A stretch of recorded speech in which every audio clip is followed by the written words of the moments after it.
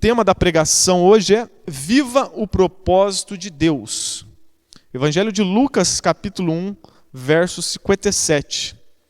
Diz assim a palavra de Deus. A Isabel cumpriu-se o tempo de dar à luz e teve um filho. Ouviram os seus vizinhos e parentes que o Senhor usara de grande misericórdia para com ela, e participaram do seu regozijo. Sucedeu que no 8º dia foram circuncidar o menino e queriam dar-lhe o nome de seu pai, Zacarias. De modo nenhum, respondeu sua mãe. Pelo contrário, ele deve ser chamado João. Disseram-lhe, ninguém há na tua parentela que tenha este nome. E perguntaram por acenos ao pai do menino, que nome queria que lhe desse. Então, pedindo ele uma tabuinha, escreveu, João é o seu nome. E todos se admiraram. Imediatamente a boca se lhe abriu e, desimpedida a língua, falava louvando a Deus. Sucedeu que todos os seus vizinhos ficaram possuídos de temor e por toda a região montanhosa da Judéia foram divulgadas essas coisas. Todos os que a ouviram guardavam-nas no coração, dizendo, que virá a ser, pois, este menino? E a mão do Senhor estava com ele. Então o tema da pregação hoje é Viva o propósito de Deus. Qual era o contexto aqui desses versículos? Aqui nós vemos que existia aqui um casal, Zacarias e Isabel. E eles viviam ali na região da Judéia, no tempo de Herodes. E a Bíblia nos mostra aqui que Zacarias e Isabel, eles não podiam ter filhos. Isabel era estéril e os dois eram avançados em dias. Mas eles oravam a Deus por um filho. E um dia, Zacarias, que era sacerdote, estava lá fazendo o seu serviço no templo. E de repente, um anjo, o anjo Gabriel, aparece para Zacarias e dá a notícia, faz uma promessa. Zacarias, a sua esposa Isabel, irá ficar grávida. E Zacarias, ao ouvir essa mensagem, ele foi incrédulo. Ele não acreditou. Como assim? Já somos avançados em dias. E aí o anjo disse, estou trazendo a mensagem de Deus. Eu assisto no trono de Deus. E por conta da sua incredulidade, você vai ficar mudo. Foi o que aconteceu. Zacarias ficou mudo. E a Bíblia mostra então que eles eram também justos e irrepreensíveis na presença do Senhor. Zacarias e Isabel eram um casal temente a Deus, porém não tinham filhos. E isso era uma vergonha para eles, principalmente para Zacarias, porque Zacarias ele pregava sobre filhos. Ele dizia que filhos eram herança do Senhor, como está na palavra de Deus, mas ele mesmo não tinha filhos. Então muitos poderiam olhar para Zacarias e dizer, ele é sacerdote, e ele fala sobre a bênção de Deus, que uma família que tem filhos é abençoada e ele mesmo não tem. Então, Zacarias é um maldito, está amaldiçoado, deve estar em pecado. Isabel também. Era um sinal de vergonhas para eles. Mas Deus foi misericordioso. Deus fez um milagre na vida daquele casal e eles tiveram um filho. E olha o exemplo que nós temos na Bíblia em relação a filhos, a infertilidade. Há mulheres que não podem ter filhos. Deus chegou a amaldiçoar um rei chamado Abimeleque. Qual foi a maldição? Infertilidade de suas mulheres. Qual era o contexto? Abraão foi chamado de Ur dos Caldeus. Deus disse para ele, vai para uma terra que mana leite e mel, vou te enviar para algum lugar. E aí ele estava ali em Gerar. E de repente ele disse para sua mulher Isabel, sua mulher Sara, Abraão. Aqui agora mudou a história. Abraão e Sara. Aí ele disse para Sara, olha, se alguém vier perguntar o que nós somos, diga para essa pessoa que somos irmãos. Eu sou seu irmão. Porque senão eles vão me matar. Se eles souberem que você é minha esposa, eles vão me matar. Aí foram lá, o rei daquela região possuiu a esposa de Abraão, que era Sara. E o que aconteceu? Deus amaldiçoou Abimeleque. Trouxe doença a eles e trouxe infertilidade às mulheres. Olha o que diz lá em Gênesis 20:17. Aí o que acontece? Abimeleque, sabendo do ocorrido, ele foi e pediu para Abraão orar a Deus. Ore por misericórdia, a esse Deus, a meu favor. E Abraão orou a Deus. Então Abraão orou a Deus, e Deus curou Abimeleque, sua mulher e suas servas, de maneira que tiveram filhos, porque o Senhor havia fechado totalmente o ventre de todas as mulheres da casa de Abimeleque, por causa de Sara, mulher de Abraão. Então Deus chegou até a amaldiçoar com infertilidade, mostrando que filhos, são bênçãos, são heranças do Senhor. O texto continua dizendo que Zacarias estava exercendo o seu serviço no templo. Então o anjo vem. Aí eles também recebem, depois de um tempo, a visita de Maria, porque Maria também recebeu essa visitação do anjo, também ficou grávida. E aí você se lembra da pregação passada? Maria foi até lá a casa de Isabel, todos foram cheios do Espírito Santo, Maria compôs um hino, e agora acontece a mesma coisa. Agora, ali está João, e ele, quando o menino nasce, os seus lábios, agora voltam a ter palavras, e ele começa a cantar a Deus também, começa a louvar a Deus. E ali diz que quando tudo isso aconteceu, houve alegria. E esse é o primeiro princípio, a alegria compartilhada. No verso 57 vai dizer: completou-se o tempo de Isabel dar à luz, e ela teve um filho.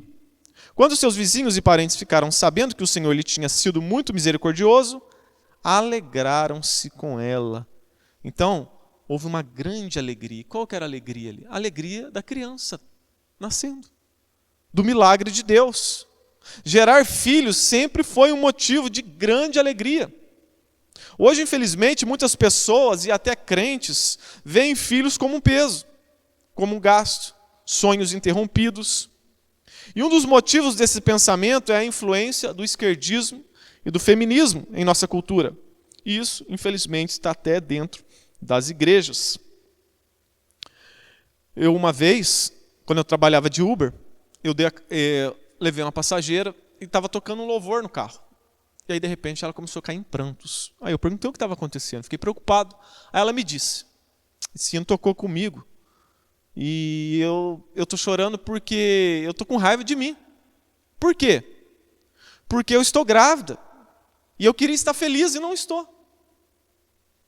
Eu estou triste porque eu estou parando minha faculdade. Não era agora que eu queria ter filhos. E aí, eu aconselhei ela lá, falei com ela, até orei para ela. Mas isso acontece em muitos lugares, em muitos lares. Na vida de muitas pessoas. Quando descobrem que estão grávidas, muitas ficam tristes, ao invés de se alegrarem, de entenderem que aquilo é uma bênção, é um milagre de Deus. Filhos são dádivas, são riquezas, não são um peso. Salmo 127, 3 vai dizer: eis que os filhos são herança do Senhor, e o fruto do ventre o seu galardão. Como flechas na mão de um guerreiro, assim são os filhos da mocidade. Bem-aventurado o homem que com eles enche a sua aljava. Quando enfrentarem os inimigos numa disputa, não serão envergonhados. Então o texto aqui diz que são herança do Senhor. Ninguém rejeita uma herança. Vamos dizer que você descobriu que você é filho do Silvio Santos, você tem lá uma herança. Aí você, não quero não. Deixa lá para os outros filhos, eu não quero não. Ninguém rejeita herança. Tem 3 casas. Aí você fala, não, quero só uma, as outras 2 não quero não. Pode deixar aí. Ninguém rejeita herança. E aqui o texto diz também, no Salmo, que quanto mais, melhor. Porque bem-aventurado o homem que enche a sua aljava, o local onde que colocava as flechas. Quanto mais, melhor. São bênçãos. E a prova que a mente de muitas pessoas está contaminada com o pensamento mundano quanto a ter filhos é a forma como reagem à notícia. Olha, fulana está grávida. Aí, qual que é a resposta de muitas pessoas? Misericórdia. O mundo está difícil. Aí, se a pessoa já tem 1 ou mais filhos, 1 ou 2, 3, aí fala, fulana está grávida de novo. Aí a pessoa, misericórdia, 2º já. Meu Deus. Essas reações demonstram que temos um pensamento mundano. Um pensamento que é contrário ao pensamento cristão. E dependendo das circunstâncias, nascimentos são mais comemorados ainda. Há mais alegria. Por exemplo, pessoas que têm dificuldade para ter filho. quando ela tem, né, às vezes casa, demora para ter filho, aí quando consegue, né, a alegria é maior ainda. Por exemplo, alguém que casa já numa idade avançada. Aqui como foi o caso de Zacarias e Isabel, né? Tem um filho já em uma idade avançada. A alegria também é maior. Quando uma criança nasce depois de uma gravidez conturbada, a mãe toda hora está indo lá no pronto-socorro, está tendo sangramento, é uma gravidez difícil. Aí quando nasce a criança, né, é uma alegria tremenda. Muitos até colocam o nome da criança de Vitória, ou de Vitor, né, por conta da circunstância, por conta do sofrimento que houve na gravidez. E a gravidez de Isabel era ímpar. Ela era estéril e também avançada em dias. Provavelmente já passara o ciclo menstrual. Mas mesmo com todos esses empecilhos humanos, Deus é poderoso. Deus fez um milagre na vida daquela mulher. Aquilo que Ele prometeu, Ele cumpriu. E Deus ainda faz milagres. Talvez você possa ter problemas. Ore a Deus. Deus pode fazer um milagre na nossa vida. Você olha para as mulheres da Bíblia, muitas mulheres eram estéreis. E Deus abriu a madre. Quando Deus queria amaldiçoar, às vezes Deus fechava. Mas quando Deus queria abençoar, Deus abria a madre, né? E o milagre acontecia. No verso 59, ali diz que os vizinhos e parentes se alegraram com ela. Se alegraram com aquele acontecimento. Eles ficaram tão alegres que foram lá para colocar o nome no menino. E chegou lá no cartório da época, né? Queriam lá os parentes, os vizinhos, não, vão pôr o nome dele de Zacarias. Nada novo, né? Os parentes sempre querendo colocar o nome nos filhos, né, dos outros, né? As pessoas também. E aqui foi o que aconteceu. E eles queriam colocar o nome de Zacarias, o nome do pai. Aí Isabel disse, jamais, não. O nome é João. O nome tem que ser João. E não era só uma questão de dar palpite. Havia algo muito maior. Envolvia obediência a Deus. Porque o anjo que mandou. O anjo disse para Zacarias, o nome do menino deve ser João. E naquele contexto, o nome dado a uma criança poderia ser uma forma de honrar um avô ou um descendente da família. Na primeira vez, Zacarias foi incrédulo. E agora ele evidencia sua fé obedecendo, colocando o nome do menino de João. Zacarias poderia ser tentado. Ser tentado por quê? Porque eles estavam querendo colocar o nome do seu filho, o seu nome no nome colocando o nome no filho. Recebendo essa honra, porque a honra era dada para um avô. Como Zacarias já era avançado em dias, provavelmente Zacarias não tinha mais pai. Então esse menino não teria avô. Então, para honrar Zacarias, vamos pôr o nome do pai, Zacarias. Mas Zacarias não. Não, jamais. Eu vou obedecer. Da primeira vez eu errei. Agora eu não vou ser incrédulo. O nome do menino vai ser João, né? E ali o texto diz que eles fizeram acenos para João. João, como que vai ser? Provavelmente, João aqui também não estava escutando. Porque senão eles iam só falar, não precisava fazer aceno, né? Eles iam só falar, João, o nome do menino, como vai ser? Aí ele escreveria. Ele disse que eles fizeram acenos, né? Falaram ali na linguagem do mudo e surdo. E ele pegou uma tabuinha, né? Seria um tablet nos dias atuais, e ali escreveu o nome de João. O nome naquele contexto também estava associado à circunstância ou propósito específico. Por exemplo, Abraão colocou o nome do seu filho de Isaac. Isaac significa riso. Por que ele colocou? Porque a circunstância em que Isaac nasceu foi de uma situação de riso. Como assim? Abraão recebeu 3 anjos em casa.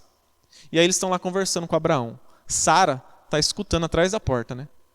Aí de repente o anjo fala, Abraão, a sua mulher vai ficar grávida. E ela já era também avançada em dias. Aí Sara riu. Sara riu. Aí quando o menino nasce, eles colocam o nome de Isaac, que significa riso. Talvez na primeira risada, no primeiro riso foi de incredulidade. Mas agora é de felicidade. Lá em Gênesis 35:18 também, aqui fica bem mais claro. Olha o que diz lá em Gênesis 35:18. E aconteceu que, saindo-lhe a alma, porque Raquel morreu. O que aconteceu aqui?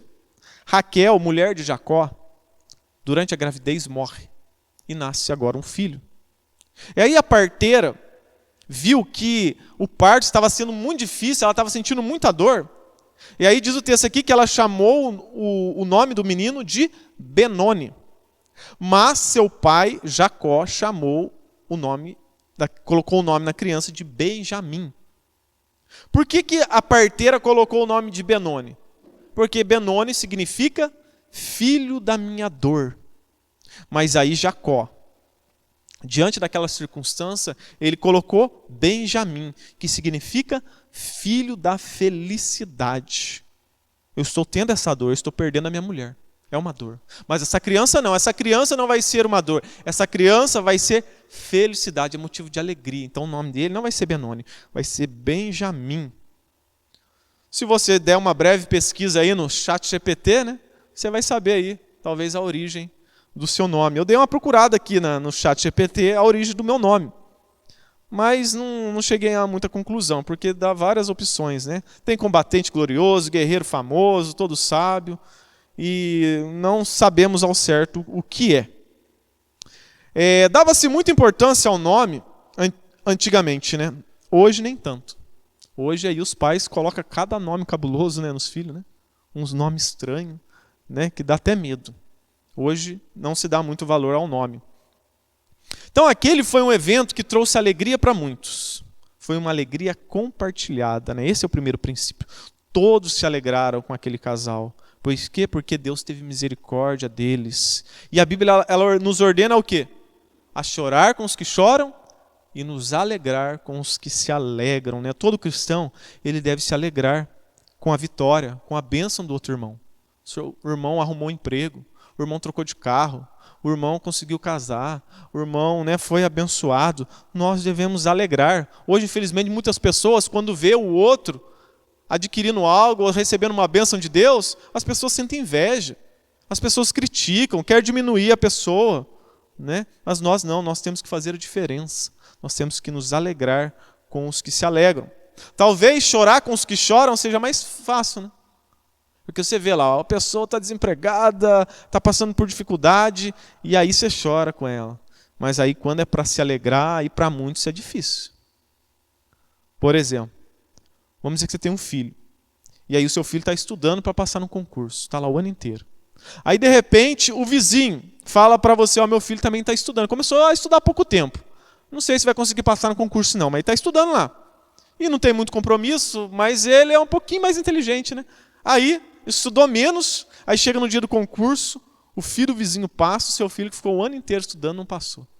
Aí o vizinho chama você, vou fazer um churrasco lá para comemorar, o meu filho passou no concurso lá, e o seu filho não passou. Aí muitos talvez nem iriam no churrasco, né? Ficariam com raiva, né? Não conseguiriam se alegrar com a bênção do outro, né? Mas nós não, nós somos chamados para alegrar, né, com a alegria do irmão, ou do próximo, ou de outra pessoa, né? Em segundo lugar, não fuja do propósito da sua vida, da sua vocação. Verso 59. Queriam dar-lhe o nome de seu pai, Zacarias.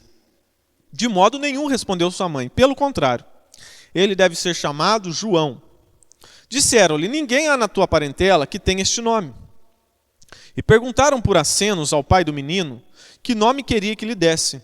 Então, pedindo uma tabuinha, escreveu, João é o seu nome. Aqui mesmo com a insistência dos vizinhos e parentes, Isabel manteve-se firme. Ela disse não. O nome do menino vai ser João. E João significa agraciado por Deus, ou Deus é gracioso. João é conhecido como João Batista. Batista não era o nome de João. Batista, né, foi um apelido dado a ele, por quê? Porque ele batizava as pessoas. Então era João o Batista, aquele que batiza. E será que João, ele foi tão gracioso assim quanto ao seu ministério? Quanto ao seu chamado? Será que ele seguiu a vocação do seu nome, que é agraciado por Deus?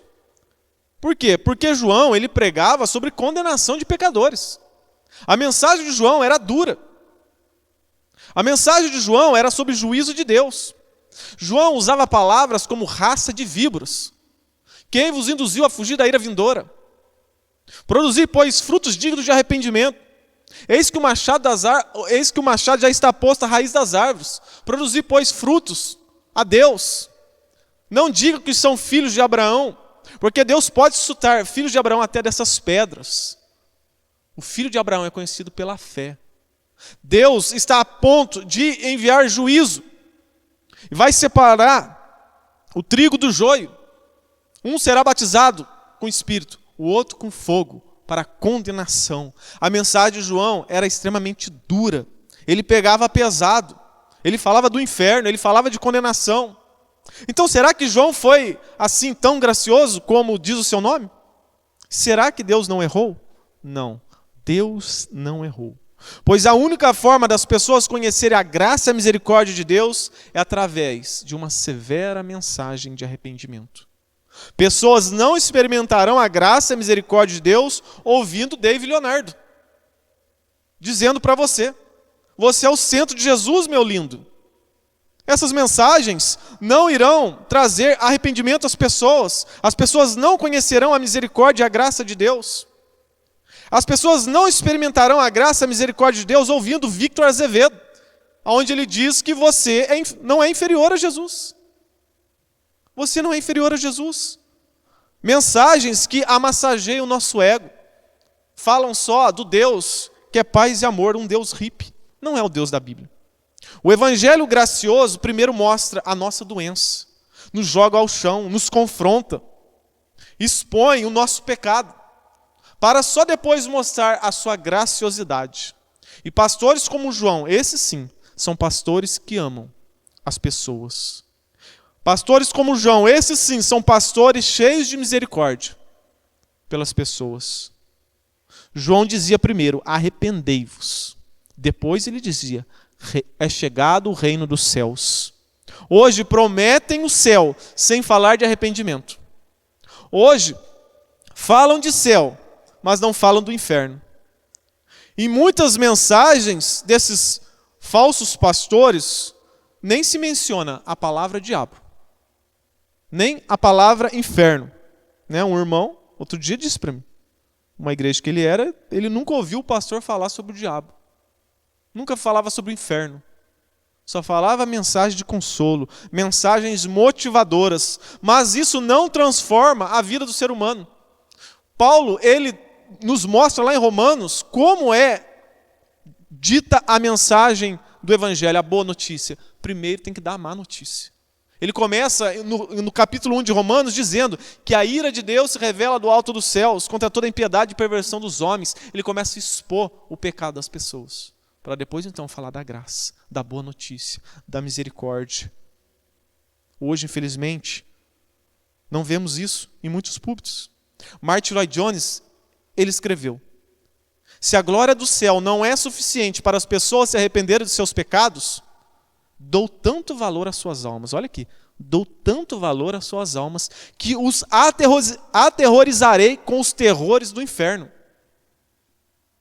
A preocupação de um pastor é que o outro seja salvo.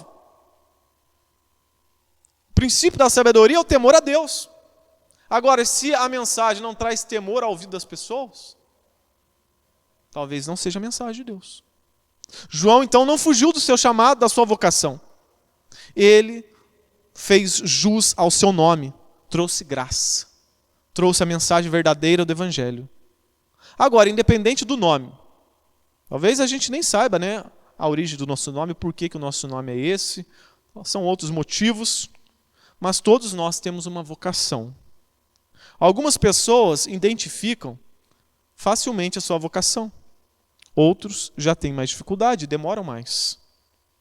Mas a Bíblia fala muito que não vivemos para nós, mas para agradar a Deus. Não vivemos para agradar a nós, para sermos felizes. Não, nós fomos chamados para agradar a Deus, para viver para Deus. Este é o caminho para nós descobrirmos a nossa vocação. Esse é o caminho para descobrir o propósito de Deus para nossas vidas. Então o que nós devemos fazer é perseguir a vontade de Deus para nossas vidas. Qual que é a vontade de Deus? Está na Bíblia. Qual que é a vontade de Deus? Qual que é o propósito de Deus para mim? Está nas Escrituras. Pois a vontade de Deus é boa, perfeita e agradável. 1 Coríntios 10, 31 vai dizer: portanto, quer comais, quer bebais, ou façais qualquer outra coisa, fazei tudo para a glória de Deus. A Confissão de Fé de Westminster explica, com base nas Escrituras, que o fim principal do homem é glorificar a Deus e gozá-lo para sempre. Agostinho de Hipona, ele escreveu: fizeste-nos, Senhor, para ti, e o nosso coração anda inquieto, enquanto não descansar em ti. Enquanto nós não entendemos o propósito de Deus para as nossas vidas, nós viveremos frustrados. Não entenderemos o porquê estamos aqui, para onde vamos. A palavra vocação do latim significa vocare, que significa também chamar. Ou seja, a vocação é um chamado de Deus para uma missão. Na Reforma Protestante, em 1517, a ideia original de Deus foi restaurada. Porque havia um pensamento católico vigente. Qual que era o pensamento católico? Vocação era só para os padres. Vocação era só para os monges, só para os sacerdotes, só para aqueles que exerciam alguma função religiosa. As outras pessoas não. Elas não deveriam se preocupar com a sua vocação. Aí na Reforma Protestante, a ideia original de Deus foi restaurada. Uma vez, Martinho Lutero prega o Evangelho e um homem chega até Martinho Lutero e pergunta para Martinho Lutero: Lutero, o que eu devo fazer agora? O que eu devo fazer para Deus? Aí Martinho Lutero perguntou para ele: o que você faz? Sou um sapateiro. Siga então a sua vocação. Volte para sua casa e faça o melhor sapato. Faça como se você estivesse fazendo para Deus. Então você estará vivendo para Deus. Foi restaurado então o sentido original sobre a vocação. Colossenses 3, 22 vai dizer: escravos, aqui estava falando para o escravo. A vocação dele era ser escravo. Obedecer em tudo aos vossos senhores deste mundo, não servindo só quando observados, como quem quer agradar os homens, mas de coração íntegro, temendo o Senhor. E tudo quando fizerdes, fazeis de coração, como se fizesseis ao Senhor e não aos homens. Fazer como estivesse fazendo para Deus. Isso nós estaremos seguindo o propósito de Deus para a nossa vida. Por meio do trabalho, nós glorificamos a Deus. Quando fazemos um trabalho excelente, Quantas pessoas dão um mau testemunho no trabalho? Entra no trabalho, falta, dá atestado, não respeita a autoridade lá no trabalho, dá um mau testemunho. Aí quando é mandado embora, ele fecha as portas. Nunca mais ele volta para aquela empresa. Eu sempre me falaram, o dia que você sair de uma empresa, procure deixar a porta aberta. Para que um dia você precisar, você possa voltar. E o principal, dê um exemplo de cristão. Lá em Pinda tinha uma irmã que ela já era idosa e ela também cuidava de idosos. E agora ela estava cuidando de uma senhora que tinha Alzheimer. Os irmãos sabem, Alzheimer, uma pessoa que esquece das coisas, não lembra. E aí a irmã disse para o pastor Rafael: ô pastor, eu comecei a fazer musculação. E ela já de idade. Aí o pastor falou: por quê você está fazendo musculação? Não, porque eu estou cuidando de uma senhora e ela tem que subir escada e eu quero auxiliar ela. E se ela cair, eu tenho que ter força para segurar ela. Então, para desempenhar melhor o meu serviço, eu entrei na academia. Tudo para a glória de Deus. Aí o pastor Rafael ficou feliz. Nossa, que bênção, irmão. Isso mesmo. Você estava fazendo para a glória de Deus. E outra, estava fazendo para Deus, porque para essa mulher, talvez ela não receberia o tapinha nas costas, porque ela tinha Alzheimer. Esquecia. Ela poderia até falar: estou fazendo musculação para te auxiliar. Mas a mulher ia esquecer. Não ia ter nenhuma recompensa. Mas a nossa recompensa está em glorificar a Deus. Então, ganhar dinheiro é importante, mas o foco é glorificar a Deus por meio dos nossos dons, das nossas habilidades. E como identificar a nossa vocação? Como? Se você é casado, qual que é a sua vocação? Se você é casado, não tem problemas de saúde, você deve ter filhos. Essa é a vocação do casado. Agora, se você não quer ter filhos, então você não deveria pensar em casar. Porque Paulo, ele disse que o motivo para que as pessoas ficassem solteiras, ele disse para algumas que o melhor seria ficar solteiras, era para que elas servissem melhor o Senhor. Porque ele disse que aquele que é casado, ele vai dividir o seu tempo. Ele vai ter que ter um tempo para agradar a esposa e para agradar a Deus. Agora, o solteiro não, ele tem o tempo integral para servir a Deus. Então, se você não quer casar, você deve usar o seu tempo para servir melhor a Deus. Agora, se você é casado, você precisa ter filhos. Se você casou, tenha filhos. É uma ordem. Olha o que diz lá em Gênesis 1:28. E Deus os abençoou e lhes disse: sejam férteis e multipliquem-se, encham e sujeitem a terra, dominem. Repare, multipliquem, encham, sujeitam a terra, dominem. O cristão foi chamado para dominar este mundo. Sobre os peixes do mar, sobre as aves do céu, sobre todos os animais que se movem pela terra. O verbo está no imperativo, é uma ordem.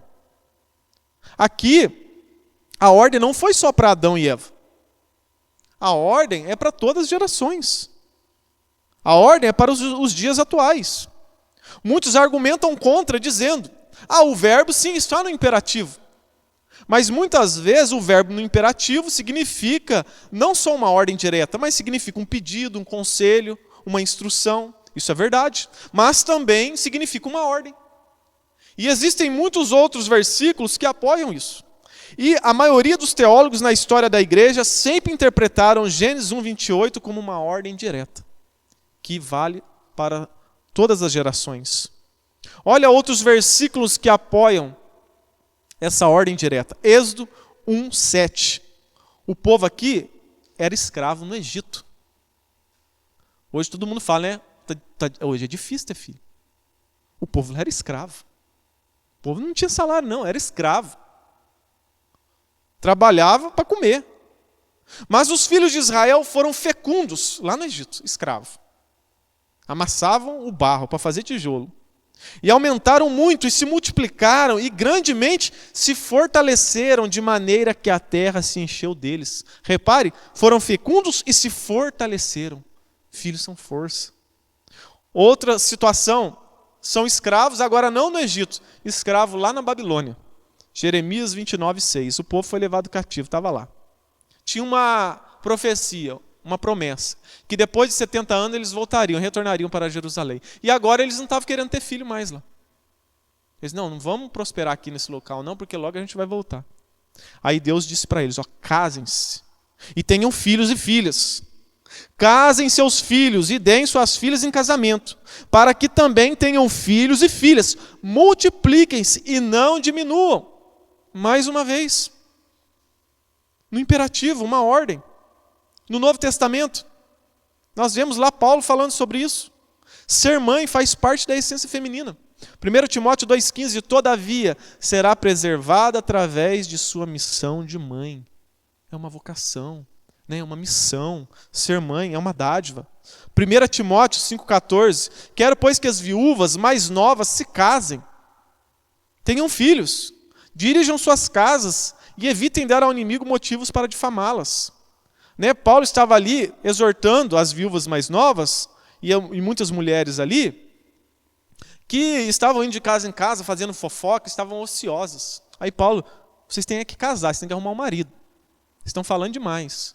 E outra, casem e tenham filhos. Dirijam suas casas. Sigam a missão de vocês. Olha um exemplo que deve trazer temor aos nossos olhos. Lá em Gênesis 38:10, houve um homem que se chamava Onã. Onã, ele era filho de Judá. E Onã teve um irmão que faleceu. E esse irmão de Onã que faleceu, não teve filhos. Ele casou, mas não teve filhos. Não deu tempo. E aí existia em Israel a lei do levirato. Se um irmão seu casou, não teve filhos e ele morreu, você deveria casar-se com a sua cunhada e dar a ela um filho, para que a semente, a descendência do seu irmão não morresse. Aí Onã ele casou com a sua cunhada. Porém, ele não deu um filho a ela. Quando ele estava lá tendo relações com a sua cunhada, agora a sua mulher, quando ele estava tendo relações, no momento ali da relação entre homem e mulher, ele derrubava o sêmen ao chão. E a Bíblia diz que isso desagradou a Deus, Deus ficou irado. E olha o que diz então Gênesis 38:10, o que ele fazia foi perverso aos olhos do Senhor, por isso também o matou. O camarada morreu, porque não queria dar um filho para sua cunhada, para a descendência do irmão fosse dado continuidade. Deus então ficou irado com isso. Agora imagine, né, será que Deus não fica irado conosco? Se nós temos cometido o mesmo erro, casamos e não queremos ter filhos. Isso deveria, né, acender um alerta na nossa consciência. Será que eu não estou indo contra a vontade de Deus? E Deus até agora tem sido misericordioso? Nós deveremos nos arrepender e seguir a vontade de Deus. Não coloca ainda não. Martinho Lutero. Os irmãos conhecem Martinho Lutero, né? Foi um homem de Deus. Não foi perfeito, como ninguém é. Mas ele era o homem que foi escolhido por Deus na Reforma Protestante. Um homem que tinha peito. Que enfrentou a Igreja Católica, a grande potência, a única igreja. Tinha que ser um cara de fibra, como Martinho Lutero. E Martinho Lutero, para afrontar já a Igreja Católica, foi lá e casou com a freira. E teve 6 filhos com ela. E Martinho Lutero, ele era a favor do casamento e a favor de filhos. E olha o que ele disse. Não sou eu, né? Fica bravo com Martinho Lutero. Né? Ele usava palavras duras. E olha o que ele disse para pessoas, né, que não querem ter filhos ou não gostam de criança. Pessoas que não gostam de crianças são porcos, tolos e ignorantes, não dignos de serem chamados homens e mulheres, porque desprezam a bênção de Deus, o Criador e Autor do casamento. Então Lutero, ele se irava com pessoas que não queriam ter filhos. Ele vai dizer que ter filhos era uma forma de gratidão a Deus, uma forma de honrar a Deus, porque Deus lhe deu o dom da vida. Então, para você honrar a Deus com esse presente, o dom da vida, você também deveria gerar vida. Você estaria glorificando a Deus, sendo grato a Deus. Susana Wesley. Susana Wesley teve 19 filhos.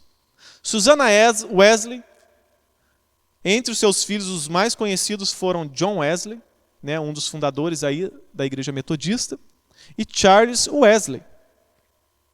9 dos seus filhos morreram na infância. Mas ela teve 19 filhos. E John Wesley, então, ele era um pregador, né, um pastor. Apesar de eu não concordar com a sua teologia, ele influenciou essa sociedade, né, esse mundo. Ele foi alguém de relevância aqui nessa terra. Todos conhecem John Wesley. E Charles Wesley, ele compôs 6.500 hinos da harpa cristã. 6.500 canções, né? Alguns da harpa cristã. Na nossa harpa hoje cristã, alguns ali são dele. E ele foi o penúltimo filho, o 18º. Agora imagine, se Susana Wesley não pensasse em ter filhos, nós não teríamos alguns hinos na nossa harpa cristã. John Wesley, falando em relação à sua mãe, né, ele foi questionado por alguns teólogos de onde vinha a sua teologia, de onde vinha o seu conhecimento. Ele disse em uma entrevista: minha mãe é uma teóloga mais instruída do que 20 de vocês. Eu aprendi muito com a minha mãe. Então Susana Wesley fez a diferença, criou os filhos para o Senhor, 19 filhos. Até a natureza tem um propósito. O pinguim foi feito para o frio. É natural. Né? Ele foi feito para o frio. A ave, né, a ave tem asas, e ela foi feita para o céu, para voar. Ela segue a sua natureza. Lá em Romanos, Paulo diz que o homossexualismo é errado. E um dos argumentos de Paulo é que essa prática é contrária à natureza. Deus não criou para isso. Para o homem, né, se relacionar com o homem, a mulher com mulher. Isso é contrário à natureza. O corpo da mulher foi feito também com propósito e também devemos seguir essa natureza. Qual que é a natureza da mulher? É ovular todo mês. Então ela foi criada para isso. Né? Como eu disse, foi criado com um propósito para. Então, até os animais conhecem o seu propósito e fazem o que é natural. Olha o que diz lá em Isaías capítulo 1, verso 3. O boi conhece o seu possuidor e o jumento a manjedoura do seu dono, mas Israel não tem conhecimento, o meu povo não entende. Ou seja, até os animais seguem o rumo natural, seguem a sua natureza. Até os bichos seguem a sua natureza, eles não rejeitam procriar. Eu tenho uma cachorrinha, né? Uma cadelinha, né? Quando ela entra no cio, tem que segurar ela. Porque senão ela quer fazer filhotinha a rodo. Até eu estava falando hoje cedo. Né? Eu vou comprar ali, quando ela ficar no cio, eu tenho que pôr uma fraldinha nela, ou uma calcinha nela, né? Senão ela quer ter um monte de filhotinho. Mas os animais, eles seguem a natureza, eles não rejeitam procriar. É o ser humano que trava, né? Mas eles não, eles seguem a sua natureza. Então, ou seja, os animais estão seguindo a sua natureza, mas os homens, a imagem e semelhança de Deus, estão ignorando a sua natureza. Isso, a gente dá muita desculpa, né? Hoje está difícil. Mas sempre foi difícil. Sempre foi difícil. Como eu disse, Susana Wesley perdeu 9 filhos. Ela tinha 2 casais de gêmeos. Os dois casais morreram e uma criança morreu sufocada pela babá. Mas foi de forma acidental. Sofreu. Naquela época tinha muita doença. Crianças morriam a rodo. Havia muitas dificuldades. Não tinha máquina de lavar roupa. Imagine quanta roupa que Susana Wesley tinha que lavar na mão. Né? Não tinha. Hoje em dia tem, né? Até a torneirinha que sai água quente. Tem até secadora. Tem um monte de coisa que auxilia. O tempo sempre foi difícil. No tempo de Herodes, as crianças estavam sendo assassinadas, perseguidas. E estava lá, o povo de Deus tendo filho. O povo vivia escravo no Egito, na Babilônia, e estava lá, crescendo. E Deus, né, abençoando eles. Hoje também as pessoas dizem, é muito caro. É muito caro criar um filho. Mas as pessoas não dizem isso quando vão lá numa agência escolher um carro para comprar. Aí entra num carnê, às vezes, de 60 vezes. R$1.000 por mês. Não acham caro. Investir, colocar o dinheiro num carro, numa casa. Mas, quando se fala de criança, aí se torna tudo caro, né? Infelizmente, muitos ainda servem a mamão. E não perceberam. Muitos são narcisistas, porque querem só o seu bem-estar. Porque se ela for ter filho, ela vai ter que abrir mão de algumas coisas. Às vezes abrir mão da faculdade, da carreira.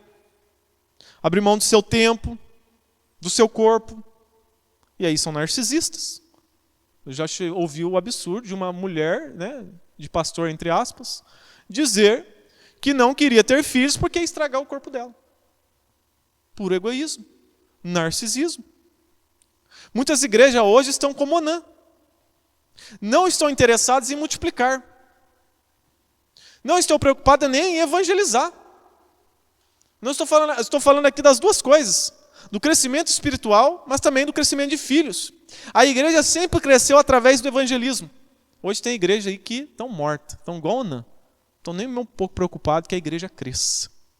Mas também muitos cristãos não estão preocupados em ter filhos. A igreja sempre cresceu através do evangelismo, mas também através de filhos. Nós vemos isso na história da igreja. E os muçulmanos, ao contrário dos cristãos, têm nessa área sido muito melhor do que nós. Eles têm crescido a cada dia. Cada ano que passa, o número de muçulmanos, né, tem crescido. Outro dia eu vi um líder muçulmano dizendo: Alá está nos dando vitória no mundo, porque o nosso povo cresce. A cada dia nós vamos dominar essa terra.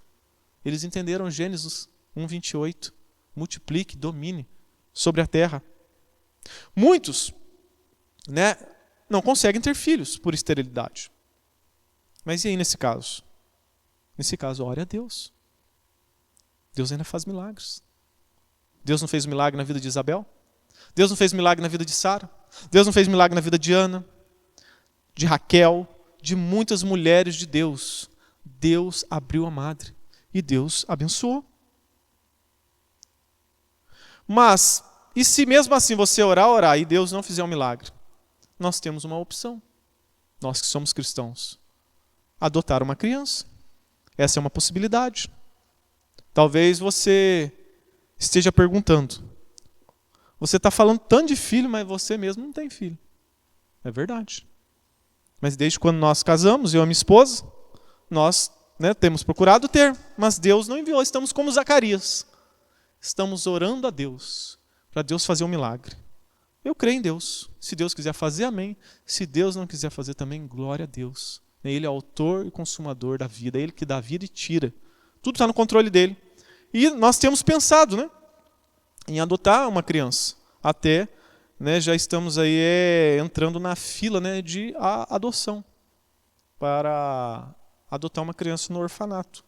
Os cristãos do passado faziam isso. Eles tinham filhos e também adotavam. Você se lembra quando eu preguei sobre George Miller? Ele cuidava de um orfanato, mais de 10 mil crianças, e ele fazia para a glória de Deus. Agora, você que tem filhos, você tem essa vocação, ser pai e ser mãe. Não fuja, não terceirize, não coloque seu filho na creche, não coloque na mão da babá. Você, ainda mais quando a criança é pequena, você deve educar o seu filho. Pai e mãe é uma vocação primordial. Não pode abandonar essa vocação e seguir uma secundária. E o feminismo, ele diz que ser mãe é opressão, traz frustração. A feminista Betty Friedan disse: abandone os filhos e busquem a carreira. Sabe qual é o resultado disso? Mulheres frustradas. A frustração só aumenta. Por quê? Porque sem o propósito divino, até o melhor e mais bem remunerado trabalho torna-se tedioso. Outro dia eu vi também na internet um rapaz fazendo uma pergunta para a moça sobre filhos, e aí ela estava meio triste, ela já estava avançada em dias, e ela era feminista, mas aí ela estava caindo em si, e ela estava preocupada. Eu não tive nenhum filho. E quando eu ficar velha, quem vai cuidar de mim? Houve uma preocupação, houve ali uma angústia no seu coração. Como descobrir a vocação do seu filho? Você que tem filhos. Antigamente, era natural os filhos seguirem a mesma vocação do pai. O pai ou a mãe tivesse uma profissão, passava-se para o filho. Aconteceu isso na época de Jesus, talvez. Seu pai era carpinteiro, talvez seu pai ensinou todos os outros filhos. Mas nem todo mundo é igual. Nem todo mundo segue a mesma vocação do pai. Por exemplo, lá em Lorena tem um irmão lá que o pai dele mexe com eletrônica. Sempre arrumou televisão, geladeira, mexe parte elétrica. Aí 2 dos filhos seguiram a vocação do pai. Mexem hoje, arruma celular, micro-ondas, faz tudo. Agora tem um deles que não seguiu a vocação. Por quê? Porque ele não conseguia discernir, diferenciar fio paralelo, de fase, neutro. Ele falou que não entra na cabeça dele. Então a vocação dele não é essa. E ele aí foi para a construção civil, não tem essa vocação. Mas você que é pai, você deve olhar as habilidades do seu filho. Lembrar que Deus está no controle da sorte e do acaso. Olhar as oportunidades e abraçá-las. O Joel, um irmão aqui nosso da igreja, desde cedo gostava muito de caminhão.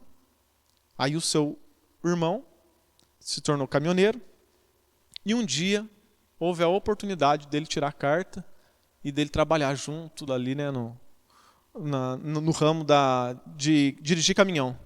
E ele agarrou, e hoje aí ele faz o que gosta. Deus preparou para ele.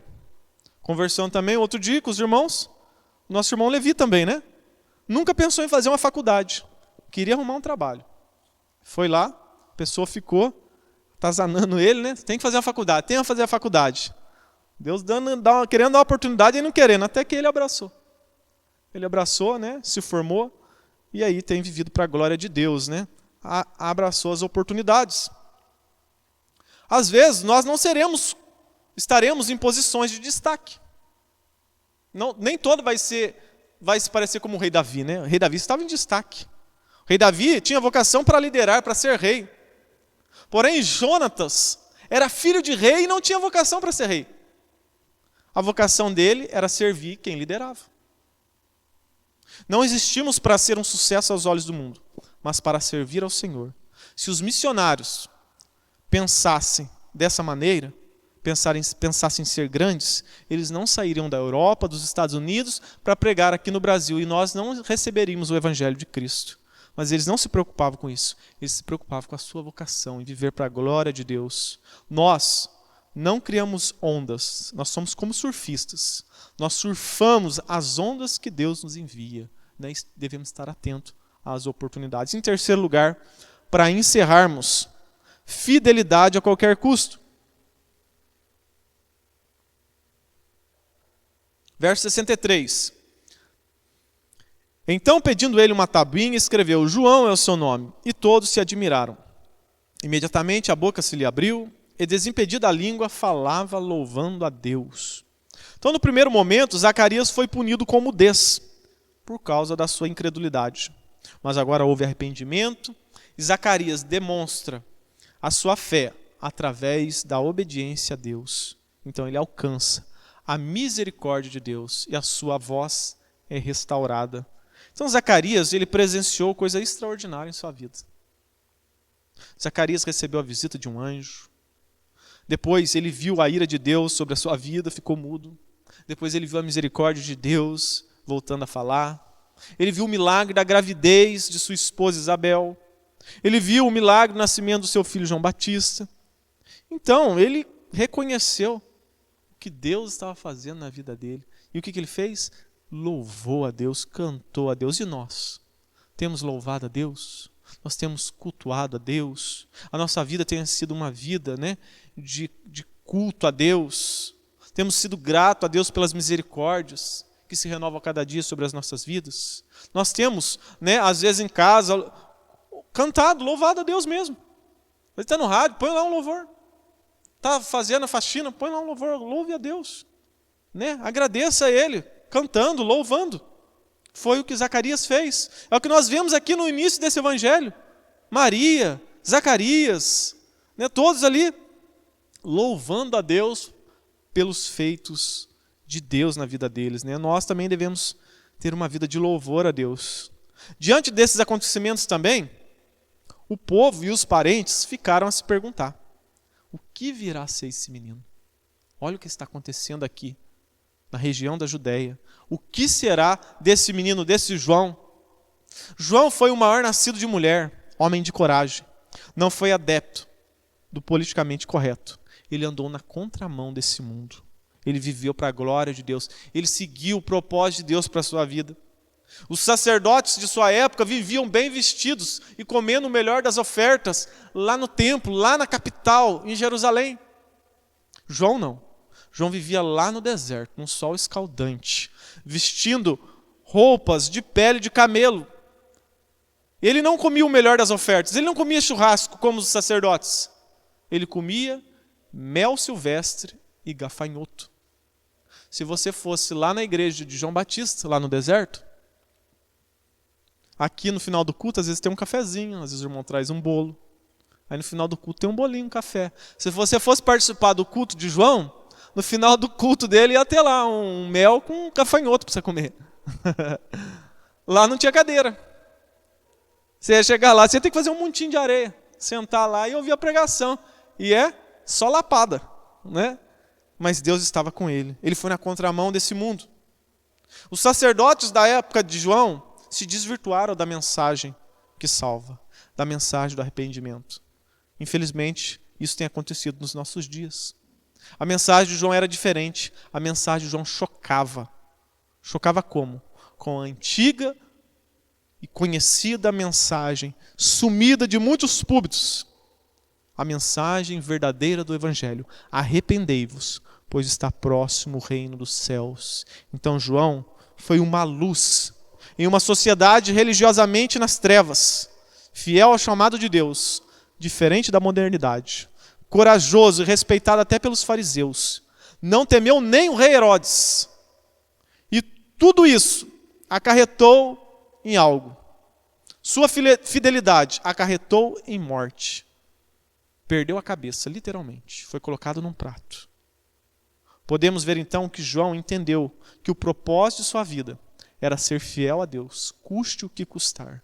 Ele entendeu o que Jesus disse lá em Mateus 16, 25.